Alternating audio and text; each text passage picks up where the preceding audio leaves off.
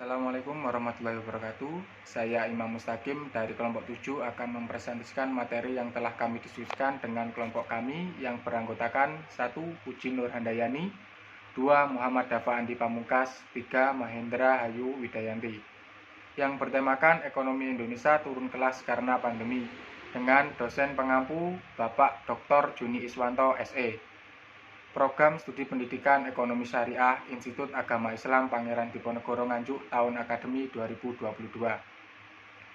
Baik, memasuki pembahasannya, yaitu berbagai macam kebijakan telah dibuat oleh pemerintah Indonesia dalam menangani kasus COVID ini. Pemerintah harus melihat kebijakan pencegahan dan memfokuskan pada kebijakan yang mengatur perekonomian. Kedua kebijakan tersebut dilakukan secara bersamaan yang menyebabkan tidak efektifnya implementasi dari kebijakan tersebut. Selain tidak efektifnya implementasi kebijakan yang telah dibuat, kebijakan tersebut juga membuat koordinasi antar pemerintah pusat maupun pemerintah daerah tidak terjalin dengan baik. Tujuan yang ingin dicapai dari kebijakan tersebut yaitu pemutusan mata rantai penyebaran virus dan perbaikan ekonomi pun belum bisa dicapai, bahkan cenderung semakin parah. 9 regulasi yang telah dikeluarkan oleh pemerintah merupakan dasar kebijakan alokasi, distribusi, dan stabilisasi yang bisa dilakukan. Langkah pertama adalah pemerintah wajib mengalokasikan input dan sumber mumpuni kepada orientasi kebijakannya, yaitu kepada kelompok yang rentan terkena dampak dari COVID ini. Di antaranya kelompok usaha yang membutuhkan keramaian massa, kelompok pekerja harian lepas, pedagang kaki lima, para buruh yang terdampak PHK, petani, masyarakat miskin, dan seterusnya. Namun, tidak bisa dipungkiri bahwa kebijakan dan peraturan yang telah ditetapkan pemerintah akan membawa berbagai dampak, salah satunya yang akan kita bahas pada tulisan ini yaitu dampak ekonomi. Sekian dan terima kasih. Dampak ekonomi di Indonesia. Setelah mengalami peningkatan kasus yang melesat dengan kurun waktu yang sangat cepat, pemerintah membuat kebijakan dalam mengatasi pandemi COVID-19 dengan berlakunya PSBB yang tercantum dalam Peraturan Pemerintah Nomor 21 Tahun 2020. Dampak pada sektor ekonomi pada masa pandemi COVID-19 di Indonesia antara lain, pertama terjadinya PHK besar-besaran, 2 terjadinya penurunan PMI, 3 terjadinya penurunan impor, 4 terjadinya inflasi, 5 terjadinya pembatalan penerbangan, dan yang terakhir terjadinya penurunan okupansi pada sektor perhotelan. Bentuk nyata dari dampak COVID terhadap ekonomi yang dapat terlihat saat ini adalah kejadian PHK. Banyak karyawan yang dirumahkan dan berbagai perusahaan bahkan terancam bangkrut. Jika pandemi ini berlangsung lama, kemungkinan besar jumlah tersebut akan terus bertambah.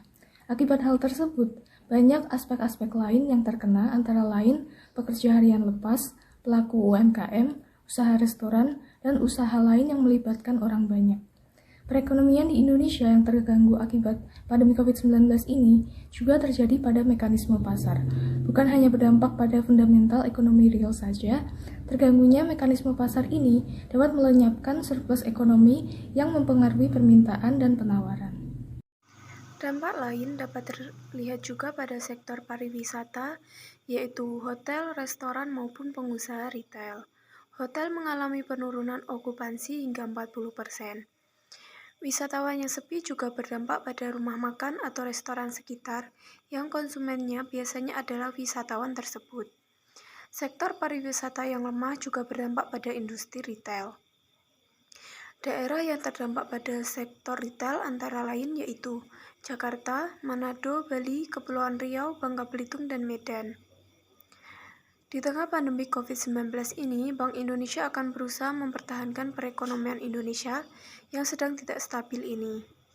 Perekonomian Indonesia menurun hingga 5% dengan adanya pandemik ini yang suatu saat mungkin akan mengalami penurunan lagi jika pandemik ini terus berlangsung lama.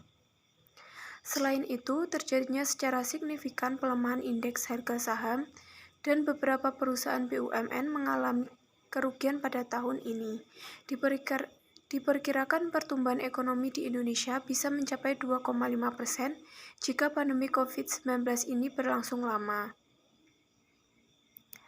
Kesimpulan dari pembahasan tersebut adalah Berbagai macam kebijakan telah dibuat oleh pemerintah Indonesia dalam menangani pandemi COVID-19 yang sedang marak terjadi.